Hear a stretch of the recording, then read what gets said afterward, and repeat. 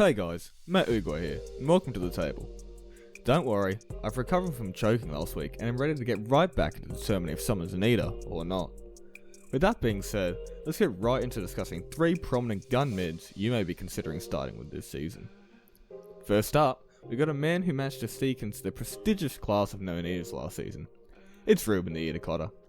Priced at 744k, or 52 points, he's certainly a good chunk more expensive than any of the options discussed in our value mid video, but nonetheless he is the cheapest option we'll be looking at today. Before diving into his scoring, it's important to discuss his role this season. With a healthy Cowboys team lining up in the park, I believe Cotter will be given 60 minutes each week.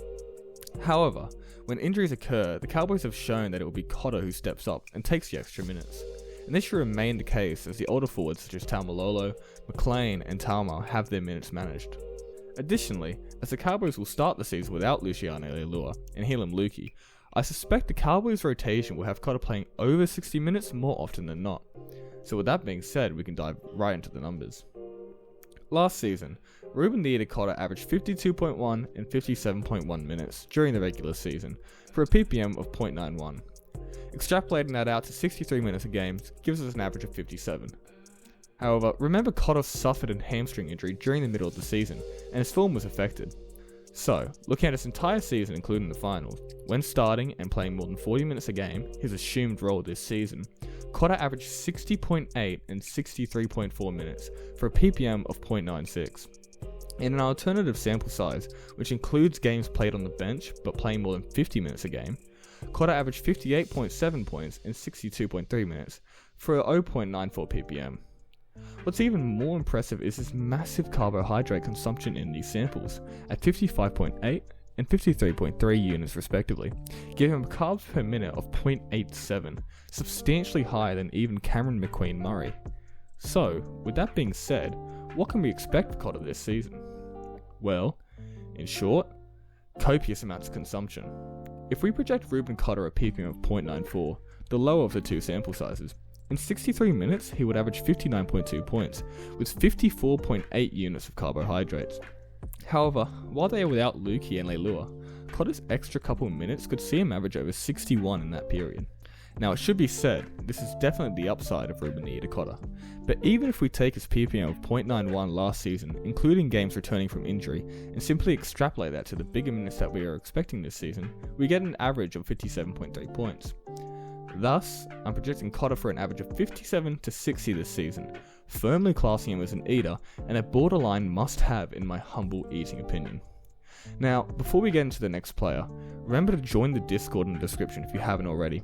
It's a great place to ask questions and get advice from either myself or any of the other community members. With that being said, let's continue. Next up we have a slightly controversial option this year. We have Big Joey Tapine. Priced at 790k, or 55.2 points, he is certainly an expensive option, so let's see if he can justify that massive price. I'm going to begin this analysis with 2 words. Ricky Stewart. He's the bane of fantasy and eating.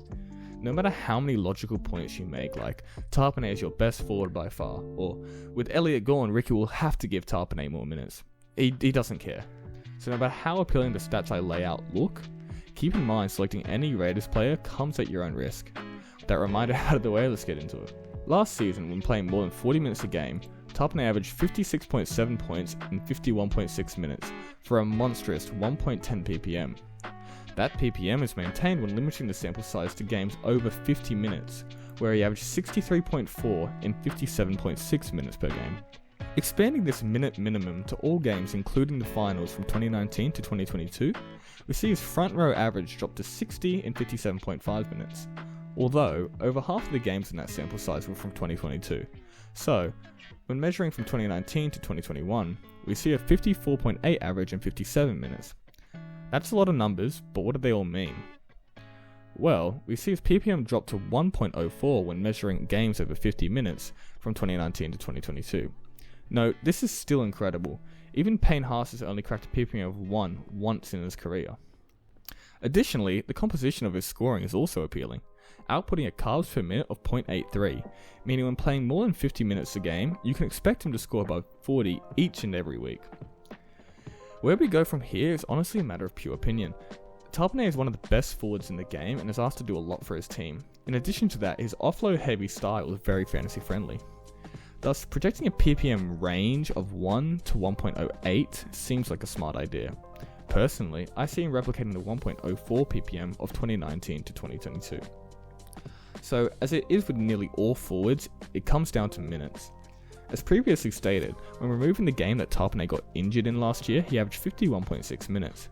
In my opinion, I can't see Tapine averaging less than this. However, I also can't see him averaging over 60 minutes per game, due to Ricky's reputation for limiting his front row's minutes. This leaves us with a range of 53.7 to 62.4 points at a 1.04 ppm. Ultimately, I think it's very unlikely Tapine loses cash this season. However, he seems to me as the perfect origin buy as he isn't eligible instead of a player to begin the season with.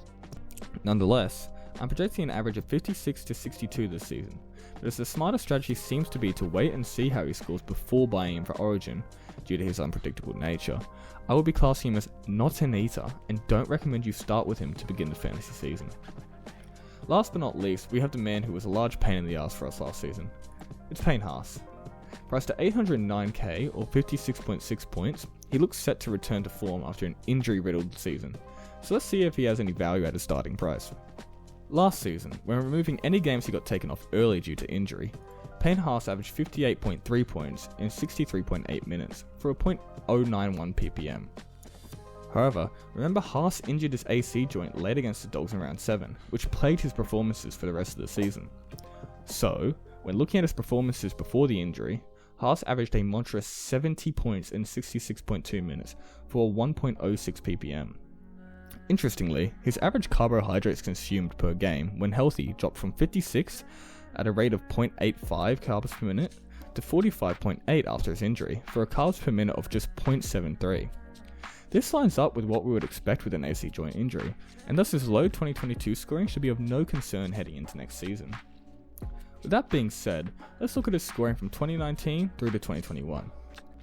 When playing more than 40 minutes per game, Payne Haas averaged 65.3 points in 66 minutes, recording a PPM of 0.99.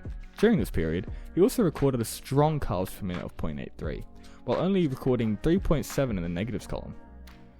With the Broncos improving as a team and the other forwards such as Pat Carrigan stepping up, it is unlikely Payne will be asked to play the ridiculous minutes he did in 2020. So adjusting our sample size to remove games over 70 minutes, we see an average of 62.2 points in 61.8 minutes for a PPM of 1.01. Unlike Tapine or Cotter, Haas's history of top tier scoring appears to present value without taking on too much risk. Additionally, playing every game until Origin adds another tick in the checkbox for Haas, as he presents a very strong vice captaincy option during this period. So, what can we expect Haas to average this season? Well, keep in mind he's only just turned 23 years old, and forwards typically only get better throughout their mid-20s.